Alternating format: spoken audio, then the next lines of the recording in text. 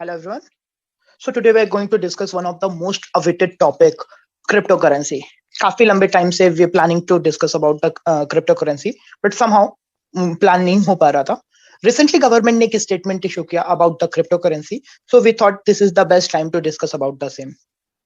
So सबसे पहले we'll try to understand what is cryptocurrency और वो मेन स्ट्रीम करेंसी से कैसे डिफरेंट होती है. क्रिप्टो करेंसीज में बहुत सारी करेंसीज हैं, बट उनमें सबसे पॉपुलर जो करेंसी है बिटकॉइन, हम उसे कंपेयर करेंगे अपनी डोमेस्टिक करेंसी रूपी के साथ, आईएनआर के साथ. क्रिप्टो करेंसीज में अगर हम बिटकॉइन की बात करें, बिटकॉइन एक डिजिटल करेंसी है जो कि ब्लॉकचेन टेक्नोलॉजी पे वर्क करती है. ब्लॉकचेन टेक्नोलॉजी पे वर्क करने के कारण यहाँ पे जो भी ट्रांजेक्शन होते हैं ब्लॉकचेन लेजर पे सेव किए जाते हैं, जिनके लॉस होने की प्रोबेबिलिटी बहुत कम होती है. एंड डिजिटल करेंसी होने के कारण यहाँ पे ट्रांजेक्शन स्पीड काफी ज्यादा रहती है, और जस्ट बिकॉज कि क्रिप्टो पे कोई रेगुलेटरी अथॉरिटी नहीं होती है, तो यहाँ पे ट्रांजेक्शन क्लियरेंस की भी जरूरत नहीं पड़ती है, तो ट्रांजेक्शन रियल टाइम होता है. अगर आपने किसी को फंड ट्रांसफर किया, कि तभी फंड ट्रांसफर करोगे, at the same time another person will receive. Main stream currencies पे अगर आप रुपी ट्रांसफर कर रहे हो किसी और पर्सन को, तो माइट भी हो सकता है वहां पे क्लियरेंस वगैरह में थोड़ा सा टाइम लग जाए. आप किसी को एनईएफटी या नेट बैंकिंग कर रहे हो तो थोड़ा टाइम लग सकता है. साथ ही क्रिप्टो करेंसीज में कोई इंटरमीडिएटर नहीं होता, तो इंटरमीडिएटर ना होने के कारण यहाँ पे आपके ट्रांजेक्शन चार्जेस ना के बराबर लगते हैं, जो कि नॉर्मली अगर हम देखें हमारी मेन स्ट्रीम करेंसीज का अगर फंड ट्रांसफर करते हो, अमाउंट ट्रांसफर करते हो, तो आप इंटरमीडिएटर बैंक्स होते हैं और बैंक्स अपने चार्जेस लेते हैं. हर एक देश की एक अपनी खुद की अथोराइज्ड करेंसी होती है जो कि वहां के सेंट्रल बैंक द्वारा इशू की जाती है और मैनेज की जाती है. In case of India, reserve bank of India जो कि इंडिया का सेंट्रल बैंक है, वो इंडिया अथोराइज्ड करेंसी रूपी को इशू भी करता है और मैनेज भी करता है. आजकल हम पेपर करेंसी यूज करते हैं, पहले हम कॉइन यूज किया करते थे. हर एक कॉइन, हर एक इंडिविजुअल कॉइन जितने का वो होता था उतनी वैल्यू कैरी करता था. लाइक अगर हम बात करें 100 रुपीज का कॉइन है, तो 100 रुपीज के कॉइन को बनाने पे जो मेटल यूज किया गया है, उस मेटल की वैल्यू अप्रॉक्स 100 रुपीज होती थी. 1000 रुपीज का अगर कॉइन होगा, तो उस 1000 रुपीज को कॉइन को बनाने में जितना मेटल यूज किया जाएगा उसका वैल्यू 1000 होगा. वहीं पे 5 रुपीज, 10 रुपीज, हर एक इंडिविजुअल कॉइन की जितने का वो कॉइन है उतनी की अप्रॉक्स वैल्यू होती थी, होती है, अभी भी होती है. और अगर हम बात करें पेपर करेंसी की, तो उसे इशू करने पे बहुत नॉमिनल सा कॉस्ट लगता है. फॉर एग्जांपल आरबीआई 100 रुपीज का अगर करेंसी इशू कर रहा है, तो वहां पे 1-2 रुपए का ही कॉस्ट लगेगा. सो उसके लिए आरबीआई उसे प्रोमिसरी नोट या बैंक नोट बनाता है, जिसपे आरबीआई गवर्नर प्रॉमिस करता है कि इन केस अगर वो कोई नोट आरबीआई के पास लाता है, तो आरबीआई उसे 100 रुपीज देगा. वो मतलब उस पर्टिकुलर पेपर नोट की वैल्यू 100 रुपीज कब बनी, क्योंकि उसमें आरबीआई गवर्नर ने वहां पे 100 रुपीज देने का प्रॉमिस किया है. वो एक प्रॉमिसरी नोट है, वो एक बैंक नोट है. आरबीआई कहां से देगा? तो आरबीआई ये जो प्रॉमिस है वो गवर्नमेंट ऑफ इंडिया के बिहाफ पे कर रहा है, बट फिर भी यहां पे आरबीआई जितनी नोट इशू करेगा उतने एसेट आरबीआई अपने पास रखेगा, on the form of gold, on the form of silver और फॉरेक्स रिजर्व. गोल्ड, सिल्वर और फॉरेक्स रिजर्व के फॉर्म पे जितनी करेंसी प्रिंट कर रहा है उतनी एसेट रखता है, कि in case of worst scenario अगर कुछ ऐसा होता है, तो आरबीआई करेंसी के अगेंस्ट पर्टिकुलर अमाउंट की एसेट लोगों को दे पाए. अगर वहीं पे हम बात करें क्रिप्टो करेंसी की, तो क्रिप्टो करेंसी ना ही रेगुलेटेड है, ना ही किसी इंडिविजुअल, ऑर्गेनाइजेशन और गवर्नमेंट तो छोड़ो, यहाँ पे कोई ऑर्गेनाइजेशन या कोई इंडिविजुअल पर्सन तक नहीं है जो उसको बैक करे कि इन केस अगर क्रिप्टो में कुछ प्रॉब्लम हुआ तो मैं आपको आपके पैसे दूंगा, मैं आपको आपका अमाउंट दूंगा. कोई भी नहीं है, भी नहीं है. मतलब वहां पे जो क्रिप्टो, आपके पास एक बिटकॉइन है, एक बिटकॉइन की एक्चुअल वैल्यू देखा जाए तो उसको एक बिटकॉइन माइन करने पे कुछ भी एसेट ब्लॉक नहीं की गई है. जैसे बाकी करेंसी फेथ करेंसीज है, उनके अगेंस्ट में कुछ एसेट रखी गई है, क्रिप्टो के अगेंस्ट कोई एसेट नहीं रखी गई है. गोइंग ऑन, ग्लोबली काफी सारे रिसोर्सेज के लिए हम दूसरी कंट्रीज पे डिपेंड होते हैं. लाइक क्रूड के लिए हम दूसरी कंट्रीज पे डिपेंड है, काफी सारे मेटल्स के लिए हम दूसरी कंट्रीज पे डिपेंड है, और काफी सारे केमिकल्स के लिए भी हम दूसरी कंट्रीज पे डिपेंड है. वैसे ही काफी सारी कंट्रीज हम पे गुड्स एंड सर्विसेज के लिए भी डिपेंडेंट है. अब मुझे इनकेस अगर कोई मेटल चाहिए किसी और कंट्री से, लाइक फॉर एग्जांपल मुझे गोल्ड चाहिए फ्रॉम यूएस से मुझे गोल्ड एक्सचेंज करना है. सो सबसे मेजर चैलेंज ये आता है कि यूएस पे जो करेंसी चलती है वो है यूएस डॉलर, और हमारे इंडिया पे जो करेंसी चलती है वो है इंडियन रुपीज. अब यूएस डॉलर पे गोल्ड का प्राइस है $2000 फॉर एग्जाम्पल, और इंडिया पे गोल्ड का प्राइस है 5000 रुपीज. अब इन दोनों पे हम कैसे फाइनल करेंगे कि किस पर्टिकुलर रेट पे हमें डील करनी है? तो उसके लिए होता है एक फॉरेक्स एक्सचेंज, फॉरेक्स रेट हर एक कंट्री की एक फॉरेक्स रेट डिसाइड की जाती है. लाइक यूएस और इंडिया का, मतलब डॉलर और आईएनआर का जो फॉरेक्स रेट है एज ऑफ नाउ इट्स 75 का फॉरेक्स रेट है. तो अगर आपको कुछ भी यूएस से डील करनी है, तो आप 75 के फॉरेक्स रेट पे डील करोगे. मींस 75 रुपीज दोगे तो वो $1 की वैल्यू का एसेट आपको डिलीवर करेगा. अब ये जो रेट है ये क्या बहुत फ्रिक्वेंटली चेंज होता है, क्या बहुत जल्दी जल्दी चेंज होता है? नहीं, यहाँ पे उतना फ्लक्चुएशन नहीं है, उतनी वॉलेटिलिटी नहीं है। अगर आप देखोगे तो ज्यादा से ज्यादा ये क्या होगा, 75 टू 70 हो जाएगा, 75 टू 80 हो जाएगा। ऐसा नहीं है कि 75 टू 200 हो जाए या 75 टू 5 रुपीज हो जाए या 75 टू 5000 हो जाए, ऐसा नहीं है।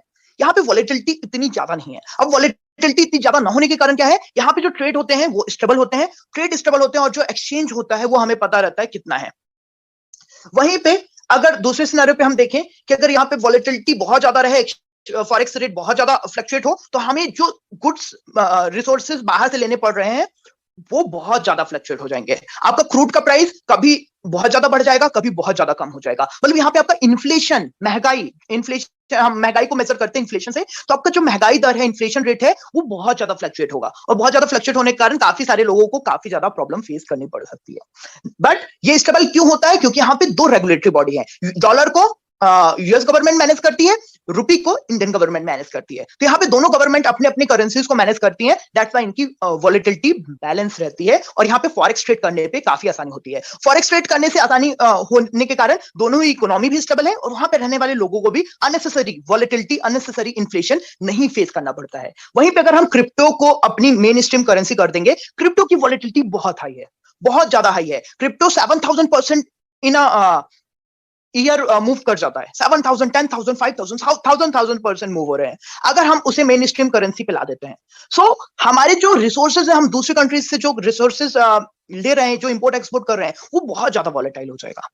आपका पेट्रोल एक महीने पे 100 रुपए होगा, अगले महीने पे 1000 रुपीज हो जाएगा, और माइट भी हो सकता है नेक्स्ट मंथ 5 रुपीज हो जाए। इतना फ्लक्चुएशन हो जाएगा। वहीं पे नॉट ओनली द पेट्रोल, आपके गुड्स, आपके इवन खाने पीने के सामान तक इतने फ्लक्चुएट हो जाएंगे कि वहां पे प्राइस फोरकास्ट करना इजी हो जाएगा। So just because they are volatility, crypto currencies की वॉलेटिलिटी, क्रिप्टो करेंसी को कोई रेगुलेटर नहीं है और उनकी करेंसी को कोई बैक नहीं कर सकता। दैट्स व्हाई हम क्रिप्टो करेंसी को मेन स्ट्रीम करेंसी पे एज ऑफ नाउ तो कंसीडर नहीं कर सकते। अगर हम इसे मेन स्ट्रीम करेंसी पे कंसीडर करेंगे तो इकोनॉमी कोलैप्स हो जाएगी, इकोनॉमी कोलैप्स हो जाएगी, फॉरेक्स ट्रेड कोलैप्स हो जाएंगे, और इन्फ्लेशन, महंगाई बहुत ज्यादा बढ़ जाएगा। सो मेन स्ट्रीम करेंसी पे गवर्नमेंट द्वारा रेगुलेटेड करेंसी ही हमारे लिए अभी के लिए ज्यादा बेटर ऑप्शन है।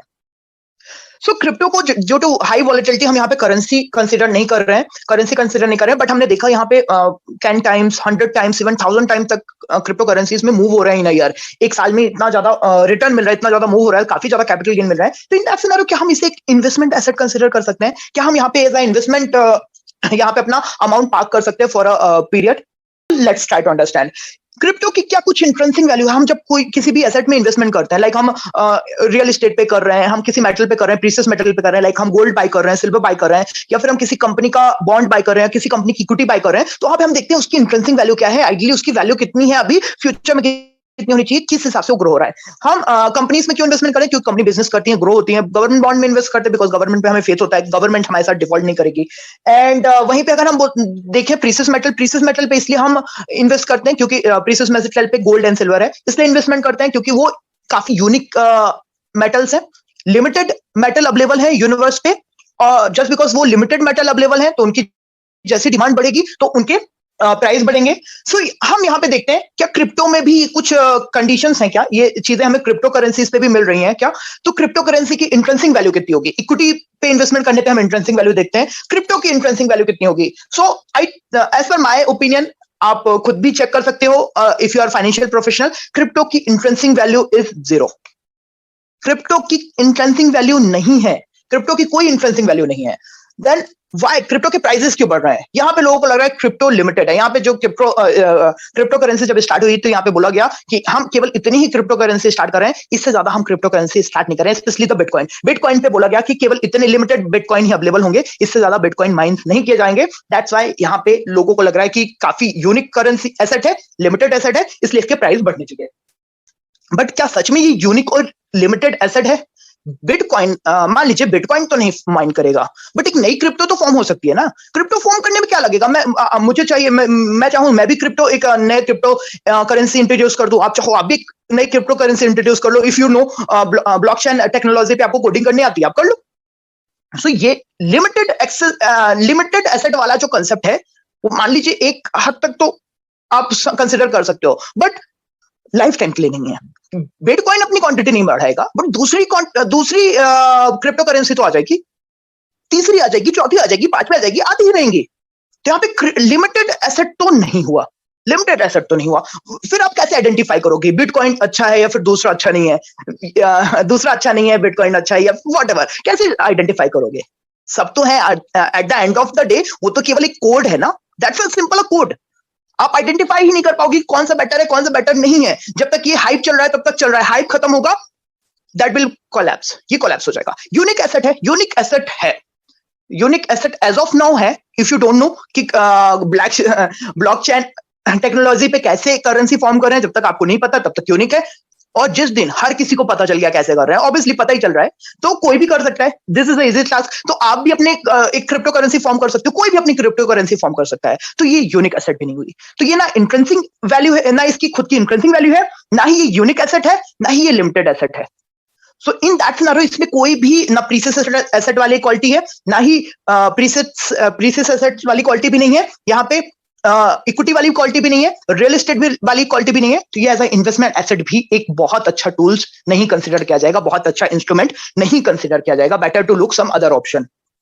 अब starting of the session we had discuss कि गवर्नमेंट ने कुछ कमेंट किया है। गवर्नमेंट ने क्या कमेंट किया है? गवर्नमेंट से ये बहुत ही इंपॉर्टेंट कमेंट आया है और किसी और से नहीं, पीएम मोदी से ही आया है। पीएम मोदी एक कमेटी को लीड कर रहे हैं जो क्रिप्टो करेंसीज के रेगुलेशन पे काम कर रही है, और उन्होंने एक स्टेटमेंट दिया है कि बाय ओवर प्रमोशन के थ्रू यहाँ पे यूथ को मिसलीड किया जा रहा है, काफी ज्यादा यूथ को मिसलीड किया जा रहा है। इंडिया पे 100 मिलियन लोग क्रिप्टो पे इन्वॉल्व है, 100 मिलियन। इतने डिमैट अकाउंट नहीं है, इतने टैक्स पेयर्स नहीं है जितने लोग क्रिप्टो पे इन्वॉल्व है। इतने 100 मिलियन लोग क्रिप्टो पे इन्वॉल्व है, और उनमें से ज्यादा यूथ है। 15 से 25 साल के लोग सबसे ज्यादा हैं। 15 से 25 साल के लोग सबसे ज्यादा क्यों हैं? क्योंकि उनके पास इंटरनेट एक्सेस है और इंटरनेट पे क्रिप्टो को बहुत प्रमोट किया जा रहा है। तो क्रिप्टो को जो लिमिटेड एक्सेस वाला, लिमिटेड एसेट वाला लॉजिक था ना, वो बहुत हद तक सही नहीं है। सबसे ज्यादा क्रिप्टो बूम क्यों कर रहा है? क्योंकि यहाँ पे बहुत ज्यादा डिजिटल प्रमोशन किया जा रहा है, और डिजिटल प्रमोशन से काफी ज्यादा यूथ, स्पेशली द यूथ को अट्रैक्ट किया जा रहा है। यहाँ पे अब यूथ आ रहे हैं, यहाँ पे काफी ज्यादा अच्छी बाइंग कर रहे हैं, काफी अच्छा इन्वेस्ट कर रहे हैं, तो उसका वैल्यू बढ़ रहा है। तो डिमांड जो बढ़ाई जा रही है ना, वो उसकी क्वालिटी से नहीं बढ़ाई जा रही है, डिमांड बढ़ाई जा रही है बाय मार्केटिंग के थ्रू डिमांड बढ़ाई जा रही है। और अनदर सिनेरियो, गवर्नमेंट का नॉर्म क्या है? गवर्नमेंट ने यहाँ पे क्या नॉर्म अभी तक बनाया है? तो गवर्नमेंट का कोई भी नॉर्म अभी तक नहीं है। गवर्नमेंट ने कोई भी लॉ अभी तक इंट्रोड्यूस नहीं किया है क्रिप्टो पे। क्यों नहीं किया है, उस पर भी अपन डिस्कस करेंगे। गवर्नमेंट ने ना क्रिप्टो को लीगल किया है ना इनलीगल किया है। स्टार्टिंग में आरबीआई ने कुछ सालों पहले क्रिप्टो को लीगल टेंडर नहीं किया, अलाउड नहीं किया था। लीगल टेंडर नहीं है, मतलब आप इंडिया पे बाय क्रिप्टो करेंसी से कोई गुड्स या सर्विस परचेस नहीं कर सकते। तो लीगल टेंडर नहीं, जैसे रुपये लीगल टेंडर है, क्रिप्टो इंडिया पे लीगल टेंडर नहीं है। तो वहां पे लीगल टेंडर पे तो उन्होंने बोल दिया नहीं है, बट इन्वेस्टमेंट पे इन्होंने कुछ नहीं बोला। इन्वेस्टमेंट पे अभी तक कुछ नहीं बोला, बट कमिटी चल रही है, डिस्कशन चल रहे हैं। अभी तक क्यों नहीं बोला? सबसे बड़ा लॉजिक है, अगर इतना प्रॉब्लम हो सकता था, अब हमें पता है तो गवर्नमेंट को भी पता होगा, गवर्नमेंट ने अभी क्यों नहीं किया? देखिए, law banana is not a small thing. ऐसा नहीं होता है कि गवर्नमेंट ने अचानक से सोचा कल से नोट बंद, ऐसा नहीं होता। सॉरी, इस एग्जांपल को आप अवॉइड कर सकते हो। ऐसा नहीं होता कि इमीडिएट कोई एक्शन ले ले। गवर्नमेंट क्या करती? गवर्नमेंट जब क्रिप्टो इज नॉट उतना ज्यादा पुराना नहीं है, 10 साल पहले 2008 पे इंट्रोड्यूस हुआ था। 10 साल ही हुए, ऑलमोस्ट आर डेकेड, 10 साल से थोड़ा सा ही ज्यादा टाइम हुआ है क्रिप्टो को इंट्रोड्यूस हुए। गवर्नमेंट ऑब्जर्व कर रही थी। गवर्नमेंट के पास अभी काफी ज्यादा, जब ऑब्वियसली 100 मिलियन लोग अब आए तो गवर्नमेंट थोड़ा एक्टिव हो रही है। गवर्नमेंट डायरेक्ट लॉ नहीं बनाती, गवर्नमेंट पहले कमेटी बनाएगी। कमेटी वहां पे स्टडी करेगी, सभी चीजों को स्टडी करके वो पर्टिकुलर कमेटी गवर्नमेंट को रिपोर्ट सबमिट करेगी। इस पे लगते हैं 6-7 महीने, 8 महीने, सम टाइम ईयर तक लग जाते हैं। गवर्नमेंट अपने एडवाइजर से कंसल्ट करेगा। कंसल्ट करने के बाद फिर गवर्नमेंट पार्लियामेंट पे बिल रिप्रेजेंट करेगा। गवर्नमेंट यहाँ पे नहीं कर सकती थी, बट जो हमारी रेगुलेटरी बॉडी है आरबीआई, वो तो कर सकती थी। आरबीआई लॉ नहीं बना सकती है, लॉ गवर्नमेंट को बनाने होते हैं, पार्लियामेंट पे बनते हैं। आरबीआई ने ऐसा कुछ, आरबीआई के पास उतने पावर भी नहीं है, बट यस, आरबीआई के पास जितने पावर थे, आरबीआई ने एक नोटिफिकेशन जरूर इशू किया था कुछ टाइम पहले, बट सुप्रीम कोर्ट ने उसे इनवैलिड कर दिया था। आरबीआई ने नोटिफिकेशन इशू किया था बैंक्स को, जो आरबीआई से रजिस्टर्ड बैंक थे, कि आप कोई भी क्रिप्टो रिलेटेड डील पे इन्वॉल्व नहीं होगे डायरेक्टली। आप डायरेक्टली किसी भी क्रिप्टो रिलेटेड, मतलब अगर आपके पास इंडियन बैंक का क्रेडिट कार्ड, डेबिट कार्ड है, तो उससे आप क्रिप्टो नहीं बाई कर सकते थे। But later on Supreme Court ने, on the basis of what I don't know, but Supreme Court ने उस ऑर्डर, उस नोटिफिकेशन को इनवैलिड कर दिया था। क्यों इनवैलिड कर दिया था? क्योंकि बहुत स्ट्रांग लॉबी है जो उसको बैक कर रही है। क्रिप्टो का market capitalization near to $3 trillion है, which is more than Indian GDP.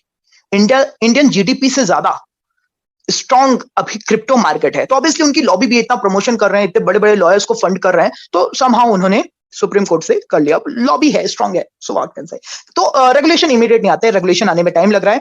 So most probably अभी गवर्नमेंट काफी एक्टिव हुई, तो माइट भी हो सकता है हम कुछ ही महीनों में प्रॉपर एक क्रिप्टो के लिए रेगुलेशन देखें, और माइट भी हो भी सकता है गवर्नमेंट क्रिप्टो को बैन भी कर दे, इनलीगल भी कर दे इन फ्यूचर। यहाँ पे आप बात करें, क्या फ्यूचर में भी क्रिप्टो स्पेस हो सकता है, क्या फ्यूचर में क्रिप्टो का कोई ऑप्शन अवेलेबल है, क्या हम देख सकते हैं फ्यूचर में क्रिप्टो? यस, क्रिप्टो का फ्यूचर है।